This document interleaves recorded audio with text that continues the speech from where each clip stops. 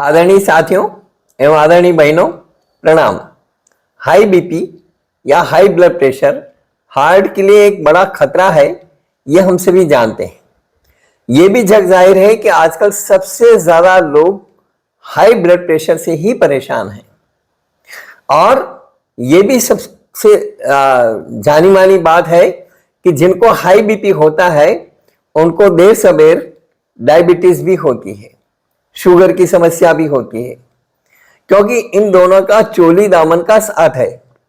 और यदि इन दोनों की गोली नियमित रूप से ली जाए, किसी ने भी जिन्होंने भी अनुभव किया है, 20-25 साल जिन्होंने भी गोलियां ली है, उनको अच्छे से पता होना चाहिए कि उनकी किडनियां भी खराब है। निश्चित रूप से उनकी किडनियों पर विपरीत असर पड़ता है, क्रिएटिनिन लेवल बढ़ता है और किडनी के वे शिकार हो जाते हैं और फिर डॉक्टरों के पास जाते हैं तो कहते हैं कि भाई डायलिसिस करवाओ। तो ये जो सारी की सारी चेन है, इस चेन को हमें तोड़ना होगा। डायबिटीज पर हमने बहुत कुछ बताया है, बहुत कुछ बताया, करीब करीब सब कुछ हमने बता दिया है, इतने सारे वीडियोस हमने डाले हैं और कंप्लीट 100% प्रूफ के साथ में हमने वीडियोस बनाए हैं और डायबिटीज को 100% क्योर करने का हम दावा कर रहे हैं। वहीं हाई बीपी पर भी आज हम सब कुछ आपको बताना चाहते हैं। बहुत कुछ हमने और पहले से ही वीडियो में बता रखे हैं, काफी वीडियो हैं हाई बीपी पर भी, लेकिन एक समग्र जानकारी इस वीडियो में हम देना चाहते हैं ताकि इसके अलावा आपको कुछ करने की झंझट ना रहे और आप पूरा अपना ब्लड प्रेशर की प्रॉब्लम से निजात पा सकें। ब्लड प्रेशर बढ़ने का कारण एक नहीं बल्कि कई हैं, जैसे बढ़ती उम्र और तनाव, अनहेल्दी खाना और खराब लाइफस्टाइल, और यह जेनेटिक भी हो सकता है।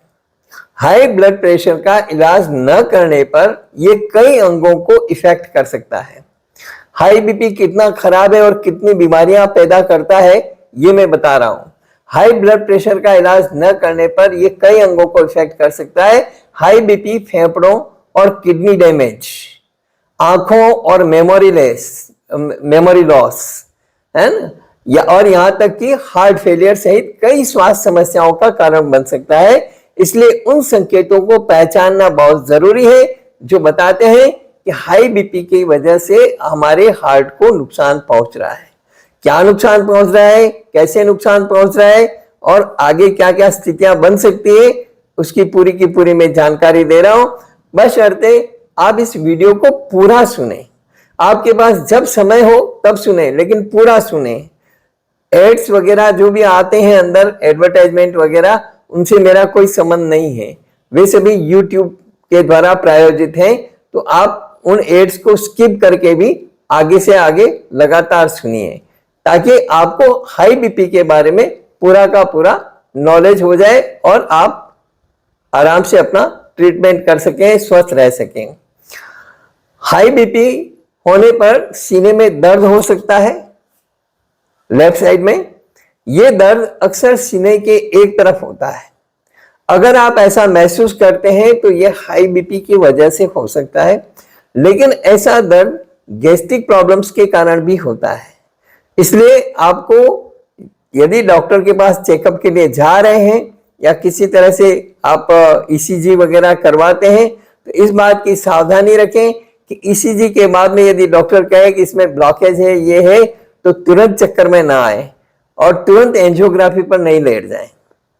पहले अपना गैस्ट्रिक प्रॉब्लम यदि आपको है तो गैस्ट्रिक प्रॉब्लम को दूर करके और देखने की कोशिश करें, उसके बाद आगे की प्रक्रिया शुरू करें। क्योंकि कई बार ये देखा गया है कि गैस्ट्रिक प्रॉब्लम के कारण आपको हार्ट में मतलब आपको दर्द हुआ चेस्ट में और आप गए ईसीजी और फिर उस चक्रव्यूह में फंस गए, एंजियोग्राफी और स्टंट लगाना।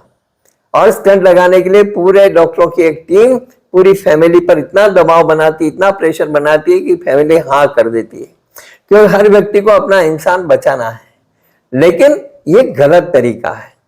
इस तरीके से आप सावधान हो जाइए, क्योंकि WHO खुद भी कहता है कि भारत में 60% ऐसे लोगों को स्टंट लगाए गए हैं जिनको वस्तुतः हार्ट की कोई प्रॉब्लम ही नहीं थी। तो जब WHO जैसी संस्था, वैश्विक संस्था ये बात कहती है और उसके डाटाज ये कहते हैं, तो कहीं सोचने पर मजबूर होना पड़ता है। और मैंने तो खैर प्रैक्टिकली आंखों से देखा है कई लोगों की परिस्थितियों को, इसलिए मैं आपको सारा बता रहा हूं। क्योंकि आजकल सारा व्यावसायीकरण जिस तरह से हुआ है और जिस तरह से मेडिक्लेम के कारण ये सारी परिस्थितियां बनी हैं, ये बहुत विडंबनादायक है।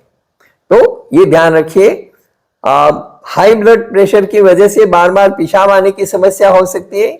यह ब्लड वेसल्स में दबाव के कारण होता है, जो किडनी में ब्लड फ्लो में कमी का कारण बनता है, जिससे उसके कामकाज में कमी आती है। तो ये किडनी पर भी हाई बीपी असर डाल सकता है।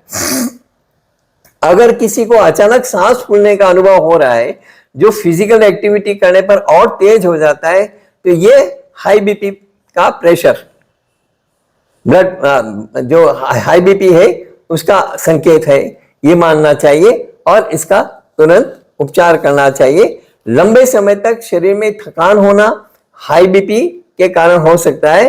ये संकेत देता है कि हाई बीपी की वजह से हार्ट को नुकसान हो रहा है। ये सिर दर्द, चक्कर आना, कमजोर आंखों की रोशनी का कारण भी बन सकता है। हाई बीपी की समस्या इन दिनों तेजी से लोगों को अपनी गिरफ्त में ले रही है। इसमें धमनियों में रक्त का दबाव बढ़ जाता है, ब्लड प्रेशर बढ़ जाता है, जिसके कारण दिल को सामान्य रूप से अधिक काम करना पड़ता है। जो रूटीन में काम करना पड़ता है हार्ट को, उससे ज्यादा फंक्शन करना पड़ता है, ज्यादा काम करना पड़ता है। हाई बीपी को साइलेंट किलर भी कहा जाता है, क्योंकि इसके कोई खास लक्षण दिखाई नहीं देते। हाई बीपी के कारण व्यक्ति को सिरदर्द, चक्कर आना, शिथिलता, सांस में परेशानी, नींद न आना, जरा सी मेहनत करने पर सांस फूलना, नाक से खून निकलना, ऐसी परेशानियां हो सकती हैं। अगर ये समस्या लंबे समय तक बनी रहे तो व्यक्ति की मौत भी हो सकती है, इसलिए इसको लापरवाही में भी नहीं छोड़ना है। ब्लड प्रेशर की समस्या सिर्फ दिल को ही नहीं, शरीर के दूसरे अंगों को भी प्रभावित करती है, ये मैंने आपको बताया है। हाई बीपी धीरे धीरे आपकी धमनियों से बहने वाले रक्त के दबाव को बढ़ाता है, जिससे धमनियों की अंदरूनी परत की कोशिकाओं को नुकसान पहुंचता है। जब आपके आहार से, भोजन से वसा आपके रक्त प्रवाह में प्रवेश करती है ना, तो वह डैमेज्ड आर्टरीज में एकत्र होने लगता है, जिस कारण आर्टरीज वॉल्स की कम इलास्टिसिटी होती है, जिससे पूरे शरीर में रक्त प्रवाह भी सीमित हो जाता है, ब्लड फ्लो भी धीरे हो जाता है, रुकने लगता है। जब प्रेशर आपकी आर्टरीज वॉल को पुश करता है और उसे कमजोर करता है, यदि वह टूट जाता है तो आपके शरीर में इंटरनल ब्लडिंग हो सकती है, खून बह सकता है और यह काफी गंभीर हो सकता है। इसलिए हाई बीपी का पूरा ध्यान रखिए और हाई बीपी को जल्दी से जल्दी क्योर करने की कोशिश करिए। हाई बीपी के कारण व्यक्ति को सीने में दर्द, अनियमित दिल की धड़कन, इरेगुलर जो आपका पल्पिटेशन है, या दिल का दौरा हो सकता है। उच्च रक्तचाप होने पर, हाई बीपी होने पर व्यक्ति के हार्ट को अधिक मेहनत करनी पड़ती है। अतिरिक्त दबाव के कारण दिल का दौरा पड़ने का खतरा कई गुना बढ़ जाता है। इतना ही नहीं, धीरे धीरे व्यक्ति का हृदय काफी कमजोर हो जाता है और वो शरीर में प्रभावी रूप से रक्त पंप करने में, ब्लड को पंप करने में सक्षम नहीं रहता, जिससे हार्ट फेल होने की संभावनाएं भी बढ़ जाती है। आपको शायद पता ना हो, लेकिन हाई बीपी तंत्रिका तंत्र, नर्वस सिस्टम को भी प्रभावित करता है। हाई बीपी के कारण समय के साथ व्यक्ति को डिमेंशिया की समस्या होती है। मस्तिष्क में रक्त प्रवाह कम होने से याददाश्त कमजोर होती है, सोचने में समस्या होती है और चीजों की तरफ फोकस कम होता है। इतना ही नहीं, हाई बीपी के कारण मस्तिष्क की धमनियों को भी नुकसान पहुंचता है। जब मस्तिष्क में रक्त का एक बड़ा अवरोध उत्पन्न होता है, क्लॉट, तो फिर उसे स्ट्रोक कहा जाता है और स्ट्रोक के कारण ब्रेन हेमरेज हो सकता है और दूसरी परेशानियां पैदा हो सकती, पैरालिसिस हो सकता है। हाइपरटेंशन या हाई बीपी आपकी देखने की क्षमता को भी बुरी तरह प्रभावित करता है, आईसाइट्स को। हाई बीपी के कारण आंखों में रक्त वाहिकाओं को भी नुकसान हो सकता है। अगर वे फट जाती हैं या उनसे खून बहता है तो इससे व्यक्ति को देखने में कठिनाई होती है और आपको धुंधलापन या अंधेपन की समस्या हो सकती है। यदि बहुत ज्यादा बीपी आपका हो गया और नसें फट गई तो। हाई बीपी से हड्डियों को भी नुकसान होता है, जिसे ऑस्टियोपोरोसिस के रूप में जाना जाता है। हाई बीपी आपके यूरिन में कैल्शियम की मात्रा को बढ़ा सकता है और शरीर के अधिक मात्रा में कैल्शियम की हानि होने से बोन डेंसिटी पर प्रभाव पड़ता है, जिससे हड्डियां कमजोर हो जाती है और उनके टूटने के खतरे बढ़ जाते हैं। जरा सा चोट लगने पर भी वे टूट सकती हैं, और चोट नहीं लगे तब भी अपने आप शरीर का हिलने डुलने से भी कई बार हड्डियां फ्रैक्चर हो जाती हैं। खास तौर से रजोनिवृत्ति के बाद महिलाओं में यह जोखिम कई गुना बढ़ जाता है, इसलिए महिलाएं विशेष रूप से इस बात का ध्यान रखें। मस्तिष्क और हृदय की तरह ही हाई बीपी के कारण फेफड़ों में धमनियां क्षतिग्रस्त या अवरुद्ध हो सकती है। जब आपके फेफड़ों तक ब्लड पहुंचाने वाली धमनी अवरुद्ध हो जाती है तो यह एक बेहद गंभीर स्थिति है, और अगर इस पर ध्यान न दिया जाए तो इससे फेफड़े में एन्यूरिज्म भी हो सकता है। इसकी भी आपको सावधानी रखनी है। नींद संबंधी विकार, स्लीप एपनिया और हाई बीपी आपस में कनेक्टेड है। माना जाता है कि हाई बीपी ही स्लीप एपनिया को ट्रिगर करता है। इसके अलावा स्लीप एपनिया के परिणाम स्वरूप जब व्यक्ति को नींद में परेशानी होती है तो यह आपके हाई बीपी को बढ़ा भी सकता है। और हमने अच्छी नींद लेने के लिए बहुत सारे तरीके बताए हैं। इसी तरह से हमने अलग अलग परेशानियां जो हो सकती है उनमें सब में हमने अपने इलाज बताए। लंग्स के लिए भी बताए हैं, लिवर के लिए बताए हैं, किडनियों के लिए बताए हैं, ब्रेन के लिए बताए हैं। तो और अखरोट और काली मिर्च, ये दो चीज ऐसी है। अखरोट खून को पतला करता है, काली मिर्च भी खून को पतला करती है, खून को साफ करती है और शरीर में खून का दौरा बढ़ाती है। तो ये जो व्यक्ति अखरोट, पर्याप्त मात्रा में अखरोट रेगुलर खाता है या और काली मिर्च का इंटेक भी रेगुलर लेता है अच्छे ढंग से, तो उन लोगों को ब्लॉकेज की संभावनाएं या कहीं पर भी खून के अवरुद्ध होने की संभावनाएं कम हो जाती है। तो ऐसे लोगों को ब्रेन स्ट्रोक या हार्ट फेल या दूसरी चीजें होने की संभावनाएं नहीं रहती है। तो इसलिए खान पान में सारी चीजों का आप ध्यान रखिए। उच्च रक्तचाप, हाई बीपी आपकी प्रजनन प्रणाली को भी प्रभावित करता है। दरअसल आपके यौन अंग उत्तेजना के दौरान अतिरिक्त रक्त प्रवाह का उपयोग करते हैं। ज्यादा आपका जो है ब्लड सर्कुलेशन बढ़ जाता है उस समय में। तो जब उच्च रक्तचाप के कारण लिंग या योनि तक जाने वाली जो रक्त वाहिकाएं हैं उनमें रुकावट हो जाती है, तो इससे कई तरह के यौन रोग हो सकते हैं।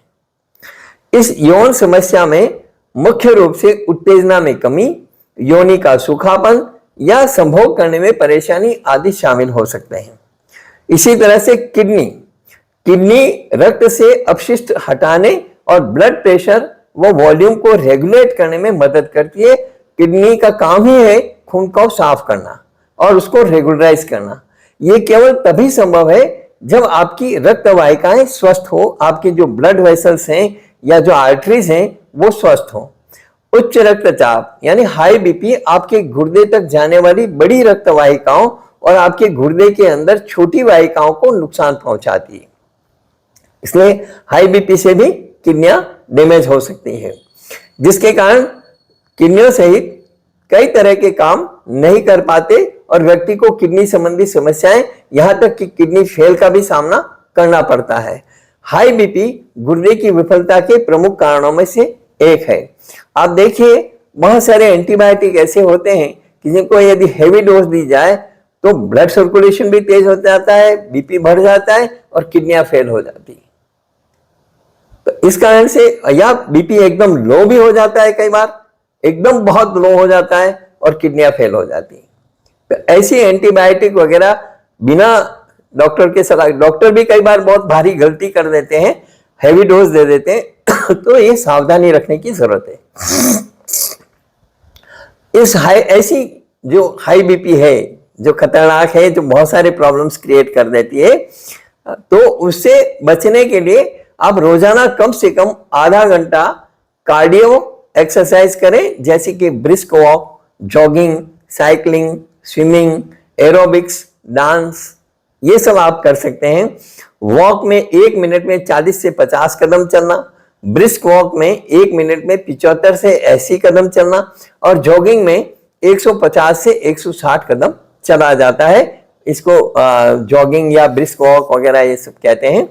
हेल्दी डाइट लें, भोजन में अच्छा और संतुलित आहार लें, सही लाइफस्टाइल को फॉलो करें। आजकल लाइफस्टाइल बहुत बिगड़ गई है और बाहर का खाना ज्यादा हो गया है, तो आपकी ये समस्या और बढ़ने वाली है।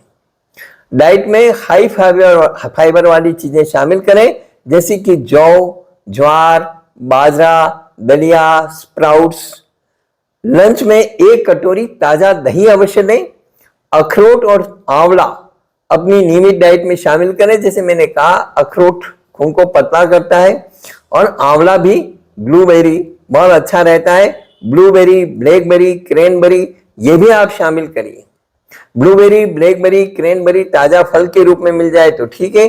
जहां ताजा फल के रूप में नहीं मिलती है, वहां ब्लूबेरी, ब्लैकबेरी, क्रैनबेरी ये सब ड्राई फ्रूट्स में उपलब्ध है, तो आप आराम से इनका सेवन कर सकते हैं। ये B17, विटामिन B17 से भरपूर चीजें हैं जो कैंसर को भी खत्म करती है, तो इसलिए ये बहुत लाभकारी है और इससे इम्यूनिटी लेवल आपका काफी स्ट्रांग होगा। इसके अलावा रोजाना कम से कम 20 ग्लास पानी पिएं। जितना आपका वाटर इंटेक होगा, ब्लड सर्कुलेशन को रेगुलराइज करने में मदद मिलेगी। पानी के लिए मैं बार बार आप लोगों को उलाहना देता हूं। पानी जितना ज्यादा, मैंने आपको कहा कि 70 किलो वजन है तो 5 लीटर लिक्विड इंटेक होना सब जरूरी है, आवश्यक है। नहीं तो आपकी किडनियां खराब होगी, आपका ब्लड सर्कुलेशन इरेगुलर होगा, आपके जॉइंट्स में पेन होना शुरू होगा। पानी जॉइंट्स में कुशनिंग का काम करता है, शरीर में ब्लड फ्लो को मैनेज करता है। ये ध्यान रखिए, आप पानी के लिए इतना कंजूसी मत करिए। मैं बार बार हाथ जोड़ करके भी रिक्वेस्ट किए मैंने, पानी पर्याप्त मात्रा में पिए। पानी चेहरे का ग्लो निकालेगा आपका, पानी से आपको फायदे ही फायदे हैं। और पानी यदि ईटिंग ऑफ वाटर जो मैं बताता हूं, कुल्ला कर चबा चबा करके पानी पिएंगे तो आपको ब्रेन में बहुत अच्छा रहेगा, मेमोरी इंप्रूव होगी, हेडेक नहीं होगा, माइग्रेन नहीं होगा, बहुत सारी चीजों का फायदा होगा। ENT की पूरी एक्सरसाइज हो जाती है उसके अंदर। तो आप ये करिए। इसके लिए सही और संतुलित आहार लेने की जरूरत है। इसमें ट्रांसफैट कैसा होता है, मैंने कई बार बताया है, उल्लेख किया है कि जो तला गला है, बाजार का तला गला में तो ट्रांसफैट है, लेकिन आप जहां जीवन में जाते हैं वहां पर भी ट्रांसफैट है। जो ऑयल चिकना और गाढ़ा हो जाता है तो वो ट्रांसफैट है। पहला पाया जो निकला है बिल्कुल शुद्ध एकदम तेल में, वो तो ठीक है, लेकिन उसके बाद जो लगातार उबलता है और ठंडा होता है तेल, तो वो ट्रांसफैट चिकना और गाढ़ा हो जाता है। वो आपकी आर्टरीज के लिए घातक है, वो आपके हार्ट के लिए घातक है, वो आपके पूरे शरीर के लिए घातक है। टीबी और कैंसर हो सकते हैं उससे, किडनियां जा सकती है उससे, आपका लीवर खराब हो सकता है उससे, आपके लंग्स खराब हो सकते हैं उससे, टीबी हो सकती है उससे, बहुत सारी चीजें हो सकती है। तो ट्रांसफैट और अत्यधिक नमकीन भोजन से हर हालत में दूर रहना चाहिए। बहुत ज्यादा तीखा और तला गला स्पाइसी नहीं खाना चाहिए। असल में सोडियम शरीर में पानी के संतुलन को बिगाड़ता है, जिससे रक्त वाहिकाओं पर बहुत ज्यादा दबाव पड़ता है और बीपी बढ़ने की संभावनाएं भी बढ़ जाती है। इसलिए घर में बना स्वस्थ और पौष्टिक आहार ही खाएं। ऐसा करने से आप स्वस्थ रह सकते हैं। अंजीर भी हाई बीपी को कंट्रोल करने में सहायक है, इसलिए 2 अंजीर रोज अपने डाइट में शामिल करिए। अगर आप अपने दिन की शुरुआत ओट्स के साथ करते हैं तो यह बहुत ही अच्छा विकल्प है। ओट्स बेहद हेल्दी साबित होते हैं। इसके साथ ही इस बात का भी ध्यान रखें कि आप सुबह का नाश्ता नहीं भूलें। सवेरे हमेशा थोड़ा सा पेट भर करके नाश्ता करें। और जैसा मैंने कहा है कि सवेरे सवेरे आप ड्राई फ्रूट्स लेना ना भूलें। अखरोट, बादाम, ब्लूबेरी, ब्लैकबेरी, क्रैनबेरी, है ना, और मुनक्का। जो लोग डायबिटीज के शिकार हैं पहले से, वो मुनक्का के बजाय काली किशमिश ले सकते हैं। ब्लैक, है ना, ब्लैक द्राक्ष आती है, काली द्राक्ष आती है, वो ले सकते हैं। 2 अंजीर ले सकते हैं। तो ये सारी की सारी ड्राई फ्रूट्स आप जरूर लीजिए सवेरे सवेरे। और उसके बाद में और भी हल्का फुल्का जो भी नाश्ता आपको करना है आप करिए, नाश्ते को मत भूलिए। अपने नाश्ते में ओट्स को शामिल कर आप सेहतमंद शरीर की ओर बढ़ सकते हैं। ओट्स में फाइबर काफी मात्रा में होता है, तो वहीं इसमें फैट भी कम होता है। ये संतुलन आपकी सेहत और ब्लड प्रेशर दोनों के लिए अच्छा है। सवेरे सवेरे जौ का दलिया ले सकते हैं, और दूसरे आप जो मेवाड़ के लोग घाट का नाम जानते हैं, घाट बना करके खा सकते हैं, इडली ले सकते हैं। इस तरह का हल्का पोहे वगैरह कुछ भी हल्का नाश्ता ले सकते हैं ड्राई फ्रूट्स के साथ में, तो ये अच्छा विकल्प है।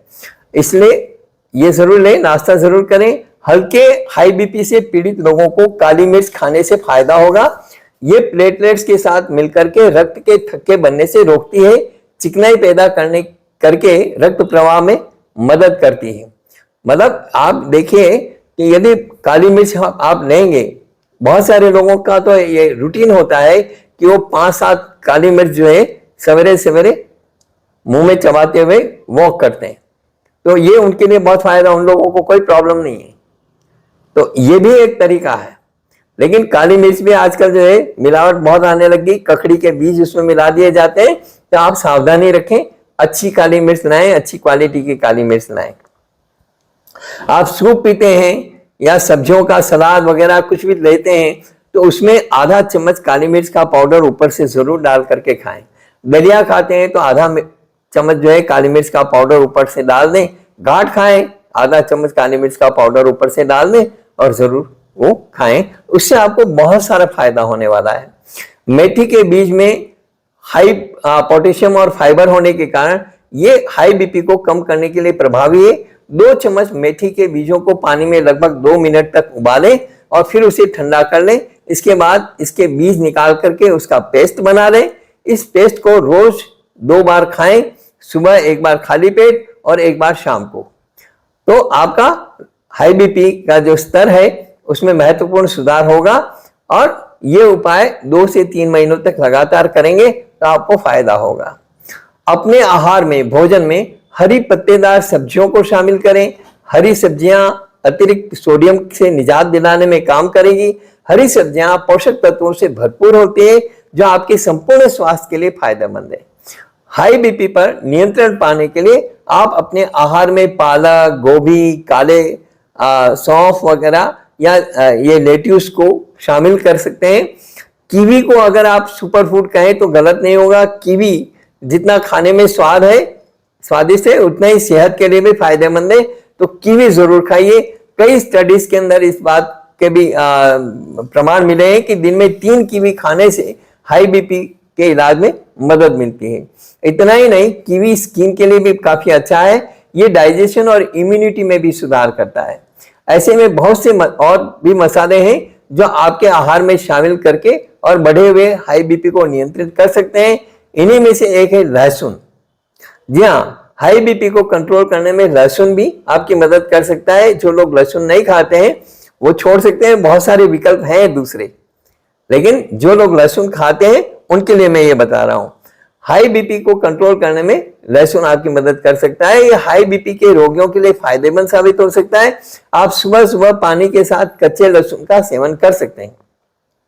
इसी तरह से कद्दू का जूस हाई बीपी के खतरे को कम करता है। कद्दू पर हमने बहुत अच्छे वीडियो बनाए और बहुत स्पष्ट रूप से हमने सारी चीजों को बताया। कद्दू जैसा कोई वनस्पति नहीं। कद्दू में इतने विटामिन, इतने मिनरल्स हैं, कद्दू इतना लाभकारी है जिसकी कोई सीमा नहीं, कोई नुकसान नहीं उससे, कद्दू से फायदा ही फायदा है। तो कद्दू का सेवन जरूर करें। कद्दू जूस, इसमें पैक्टिन नाम का एक तत्व होता है जिसमें कोलेस्ट्रॉल को कम करने का गुण होता है। कद्दू के जूस में धमनियों को साफ रखने का गुण होता है, जिससे दिल की बीमारियों और दिल का दौरा पड़ने का खतरा बहुत कम हो जाता है। कद्दू के जूस में एंटीऑक्सीडेंट्स काफी ज्यादा होते हैं जो शरीर को आर्थराइटिस बीमारी यानी धमनियों के कड़क होने से रोकने में मददगार होता है। और जो धमनियां हैं, आर्टरीज हैं, वो लचीली बनी रहती है ताकि ब्लड फ्लो उसमें आराम से हो सकता है, कहीं कोई दिक्कत नहीं आती है। इसी तरह से पोटेशियम युक्त हरी पत्तेदार सब्जियां, पालक, मेथी, बथुआ आदि खाएं। ब्लूबेरी, लहसुन, लाल शलगम, मलाई रहित दूध, दही, केले, बबूकोशा आदि खाएं। 3-4 अखरोट रोज खाएं, पूरे अखरोट, है ना।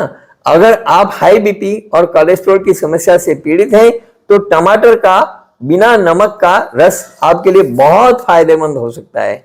टमाटर का रस हृदय संबंधी बीमारियों के खतरे को कम करता है।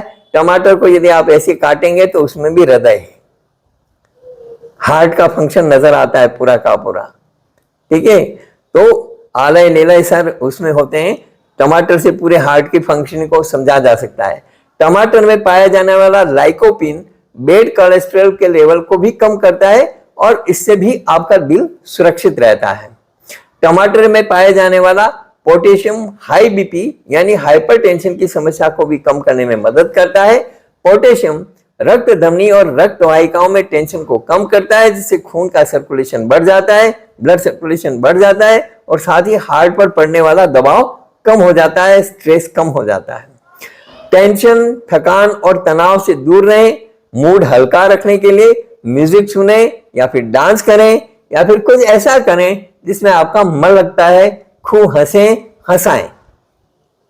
सवेरे सवेरे कांच के सामने खड़े हो जाएं। मैंने कई बार बताया है 5 मिनट ठहाका लगा करके हंसिए और 5 मिनट मुंह से हवा ना निकले इस तरह से हंसिए। ये जो 10 किलोमीटर की लाफिंग है आपका 2 किलोमीटर, 10 मिनट की जो लाफिंग है 2 किलोमीटर की वॉकिंग के बराबर है। 2 किलोमीटर की वॉकिंग का लाभ मिलेगा। इसके अलावा दिन भर चेहरे का ग्लो अच्छा रहेगा, दिन भर खुश मिजाज बने रहेंगे आप। तो इससे टेंशन भी कम होगा, थकान भी कम होगी। तो टेंशन और तनाव से दूर रहें, मूड हल्का रखें। Fast food, Maggi, chips, sauce, chocolate, saturated fat जैसी किसी भी चीजों को, देसी घी, वनस्पति या फिर नारियल का तेल खाने से बचें, क्योंकि नारियल के तेल से भी कोलेस्ट्रॉल बढ़ता है। डाइट में नमक का बैलेंस बना करके रखें। हाई बीपी की स्थिति में ज्यादा नमक खाने से बचें। ये मैंने पूरा का पूरा हाई बीपी को नियंत्रित रखने का, कंट्रोल रखने का और हाई बीपी की समस्या का समाधान बताया है। इन सारी चीजों को फॉलो करेंगे तो आप बहुत सारी बीमारियों से बच जाएंगे। इस वीडियो में इतना ही। वीडियो अच्छा लगे ज्यादा से ज्यादा लोगों को शेयर करें, लाइक करें, ज्यादा से ज्यादा लोगों को शेयर करें ताकि उन्हें भी जानकारी मिले और उनको भी लाभ मिल सके। धन्यवाद।